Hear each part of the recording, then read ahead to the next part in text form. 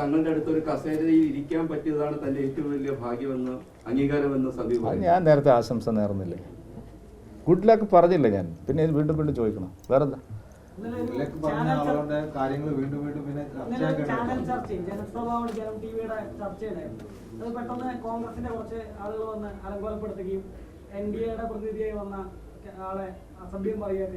അത് തോക്കാൻ നേരത്തെ കോൺഗ്രസ് എപ്പോഴും ചെയ്യുന്ന കാര്യം ഇതല്ലേ.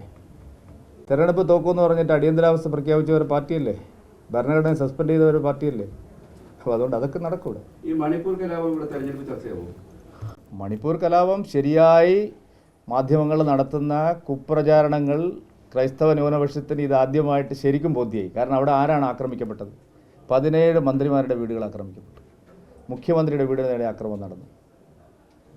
ഞാൻ പറയട്ടെ, അവിടെ ഗോത്രവർഗ കലാപത്തിൽ എന്താണ് നടക്കുന്നതെന്ന് ഇപ്പോൾ മനോരമയും ഒക്കെ ചേർന്ന് മലയാളികൾക്ക് ശരിക്കും ആദ്യമൊക്കെ വിചാരിച്ചത് ഭയങ്കരമായിട്ട് ഇതൊരു വർഗീയ പ്രശ്നമാണ് എന്ന് വരുത്താനായിരുന്നു.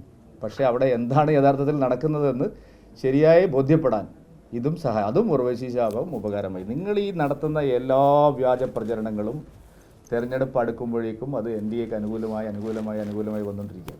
അതുകൊണ്ട് നിങ്ങളിത് അവസാനിപ്പിക്കണം.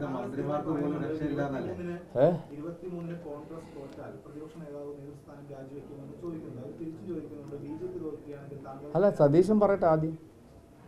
ഞങ്ങളുടെ ഉത്തരവാദി എന്ന് പറഞ്ഞാൽ പോരല്ലോ സാർ. പ്രതിപക്ഷ നേതൃസ്ഥാനം രാജിവെക്കോ ഇല്ലയോ എന്ന് അദ്ദേഹം പറയട്ടെ. അദ്ദേഹം പറഞ്ഞിട്ട് ഞാനിവിടെ ഉണ്ടല്ലോ, ഇന്ന് 6 മണി വരെ ഞാനിവിടെ ഉണ്ട്. സതീശൻ ആദ്യം പറഞ്ഞിട്ട്, ഞാനാണല്ലോ ഈ ചോദ്യം ചോദിച്ചത്, സതീശനല്ലല്ലോ ആദ്യം ചോദിച്ചത്. എൻ്റെ അടുത്ത് വരും അദ്ദേഹം അത് പറഞ്ഞാൽ ആ നിമിഷം ഞാൻ ഇവിടെ ഉണ്ട്.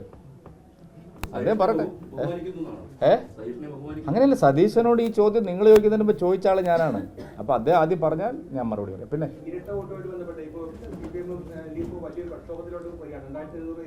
പശുവും ചേർത്ത് മോരിലെ പുളിയും പോയിട്ടാണോ സമരമായിട്ടും കോടതിയായിട്ടും വന്നിരിക്കുന്നത്? ആരാണ് ഇരട്ട വോട്ട് ചേർത്തത്? എൻ്റെ ചോദ്യം ഇരട്ട വോട്ട് ചേർക്കാൻ ആരാണ് സഹായം നൽകിയത്? ഇരട്ട വോട്ട് ഇല്ലാതാക്കണം, അതിൽ ഞങ്ങൾ യാതൊരു സംശയമില്ല. ഇരട്ട വോട്ട് ചേർക്കാൻ ഇവിടെ സഹായം നൽകിയത് ജില്ലാ ഭരണകൂടമാണ്, തഹസിൽദാരാണ്, NGO യൂണിയൻകാരാണ്, BLOമാരാണ്, അതെല്ലാം CPMമാരാണ്.